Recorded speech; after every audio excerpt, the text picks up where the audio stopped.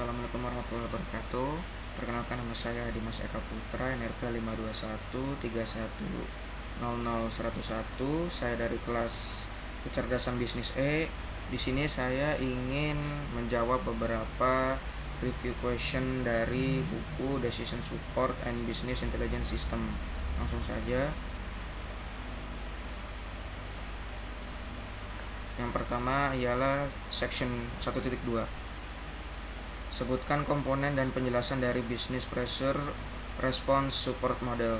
Jadi di sini dibahas ada 3 komponen utama, yaitu pressure yakni tekanan, response yaitu tanggapan, dan support dukungan dari model tersebut. Maksudnya ialah bagaimana model-model pressure ini berupa tekanan yang berada pada perusahaan dan bagaimana perusahaan ini mampu menanggapinya secara cepat dan memberikan dukungan berupa fasilitas, yaitu komputerisasi yang dapat meningkatkan keputusan dari permasalahan yang ada di perusahaan.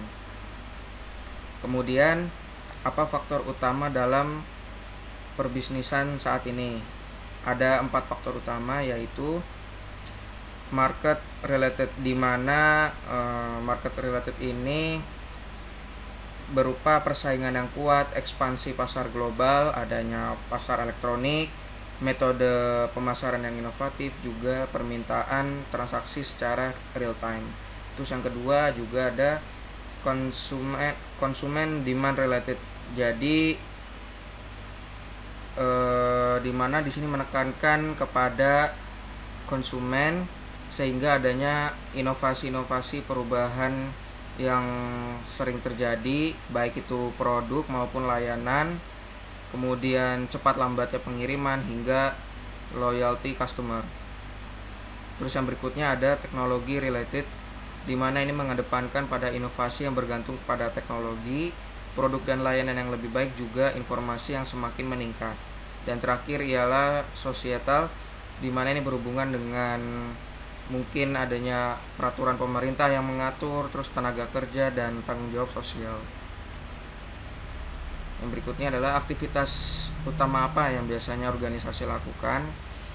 Nah, di sini ada beberapa macam, diantaranya melakukan perencanaan strategis, kemudian melakukan model bisnis yang inovatif, meningkatkan sistem informasi perusahaan, berpindah ke e-commerce menggunakan TI untuk komunikasi dan mengakses data, kemudian juga meningkatkan servis pelanggan, yaitu berupa layanan, bergerak cepat terhadap pesaing lainnya, baik itu promosi, harga, dan lain-lain, meningkatkan decision making, dan meningkatkan hubungan kemitraan atau kerjasama.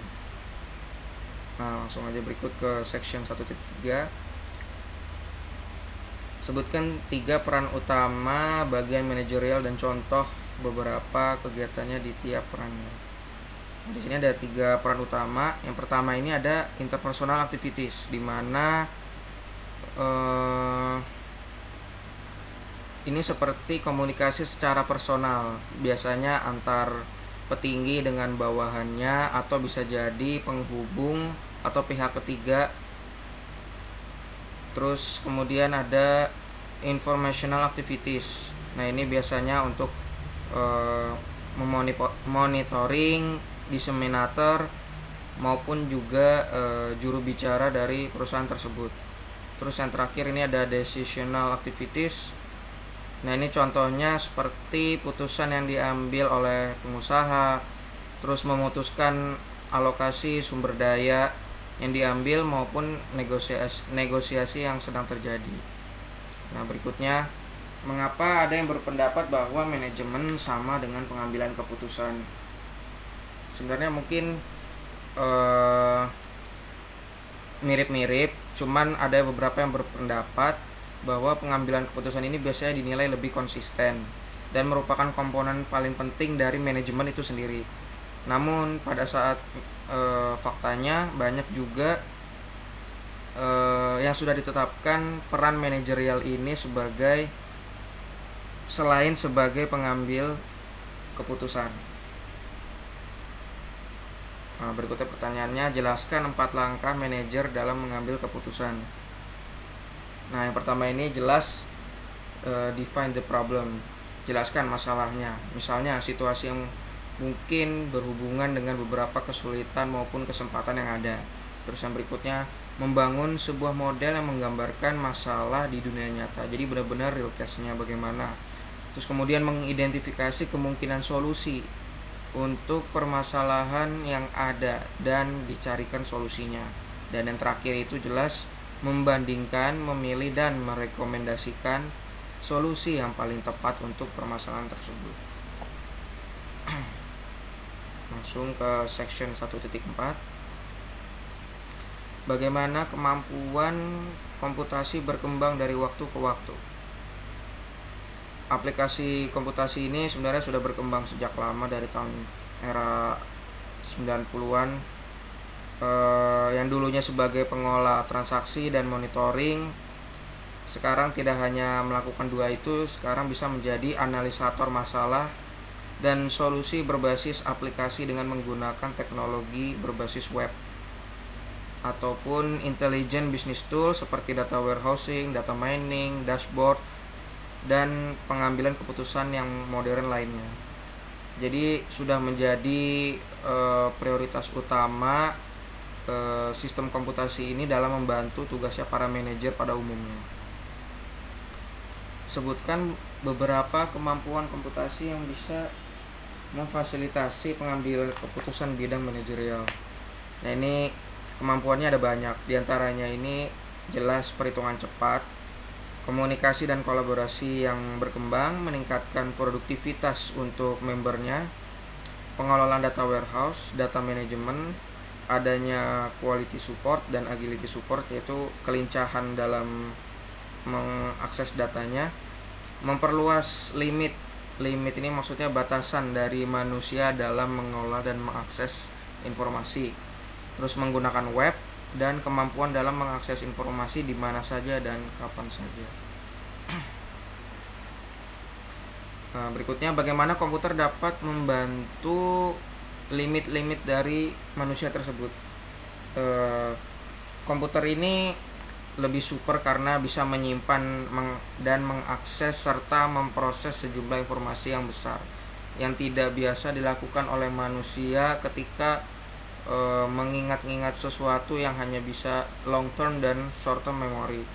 Sedangkan komputer mampu menyimpan data dalam jangka waktu yang lebih panjang. Nah, mengapa web dianggap begitu penting untuk mendukung keputusan? Kenapa penting? Ada 4 faktor, yaitu bisa mengakses data dan informasi di seluruh dunia. Web juga bersifat user friendly karena bisa digunakan untuk siapapun dan umur berapapun. Kemampuan untuk kolaborasi juga secara efektif dengan mitra manapun, mau mitra kelas atas maupun kelas bawah.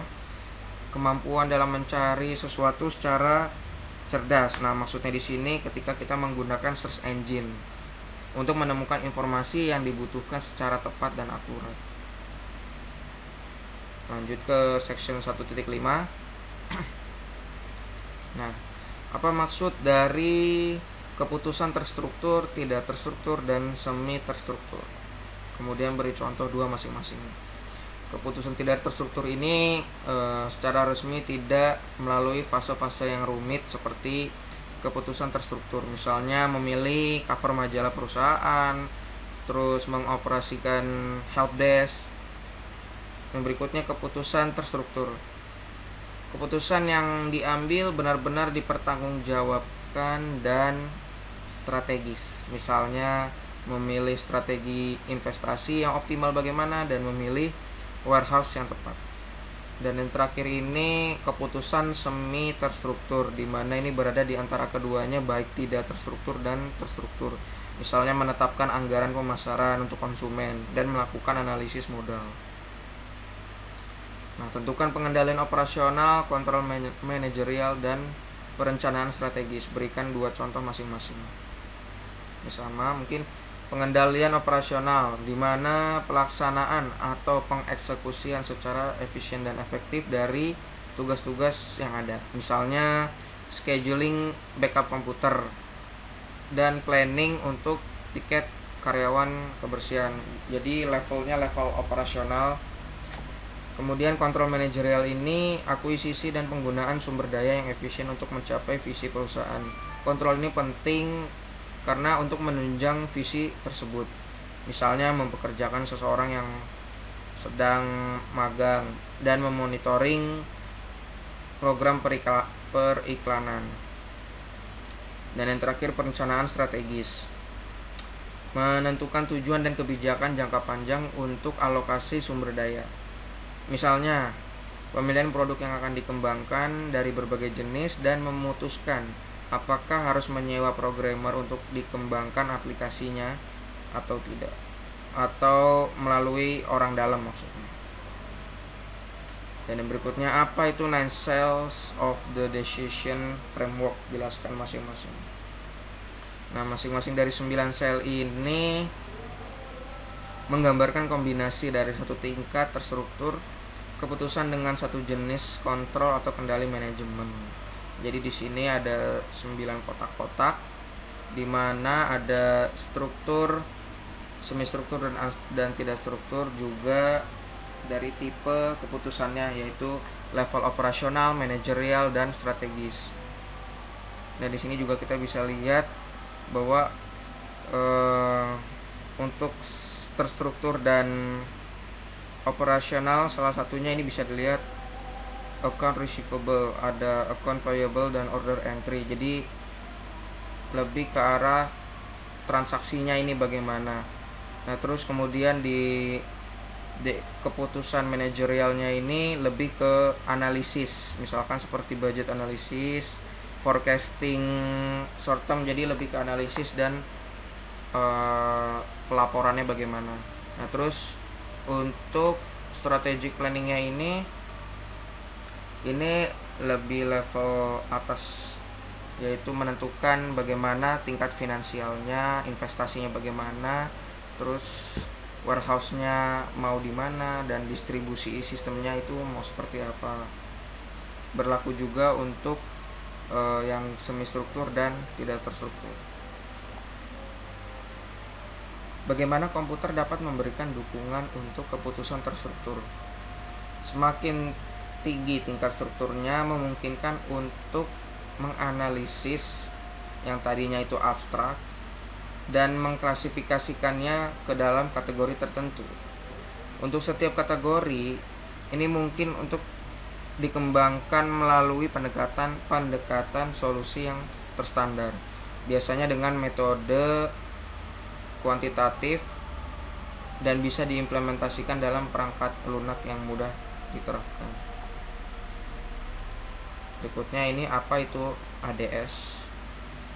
ADS ini sistem keputusan otomatis yang berbasis aturan yang dapat memberikan solusi untuk permasalahan manajerial tertentu secara berulang, dan biasanya ini berada dalam satu industri dan area fungsional. Bagaimana komputer ini bisa memberikan dukungan untuk keputusan semi terstruktur dan tidak terstruktur? Untuk keputusan yang tidak terstruktur, ini hanya didukung oleh metode kuantitatif standar komputerisasi. Biasanya juga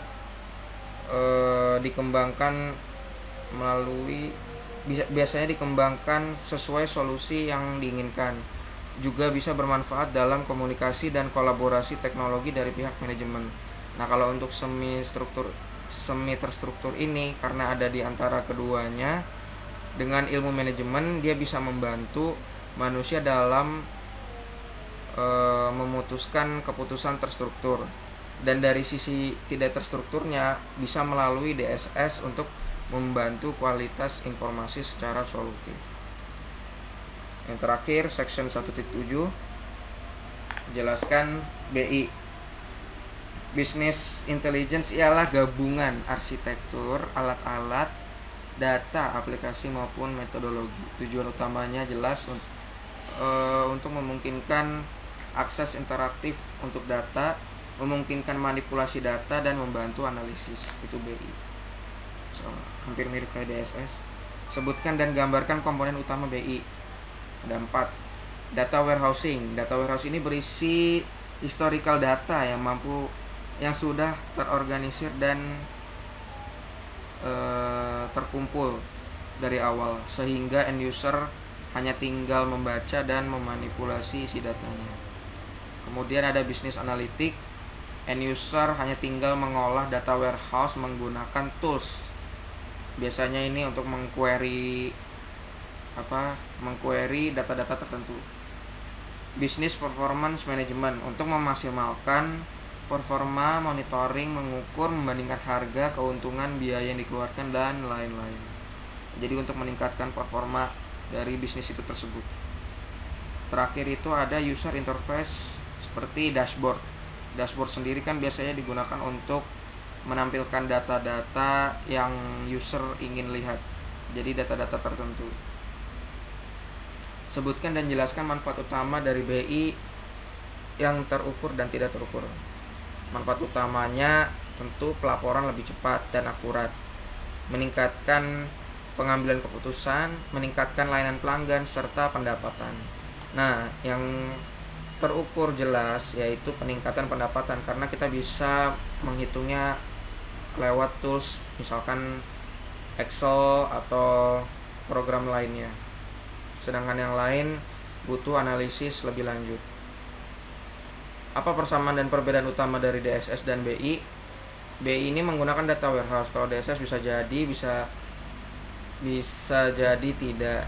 DSS biasanya untuk mendukung pengambilan keputusan langsung. Kalau BI disusun untuk memberikan informasi yang dipercaya mampu meningkatkan pengambilan keputusan. Dan BI juga orientasinya untuk eksekutif, sedangkan DSS kepada analitis. Kalau sistem BI dikembangkan untuk komersial, sedangkan DSS cenderung kepada pemrograman khusus yang mungkin tidak terstruktur. Untuk metodenya sendiri, DSS sebagian besar dari dunia akademik, sedangkan BI dari perindustrian. Terakhir ini jelaskan MSS, Management Support System, mengacu kepada konsep luas menggunakan teknologi untuk mendukung tugas-tugas manajerial secara umum dan pengambilan keputusan pada khususnya.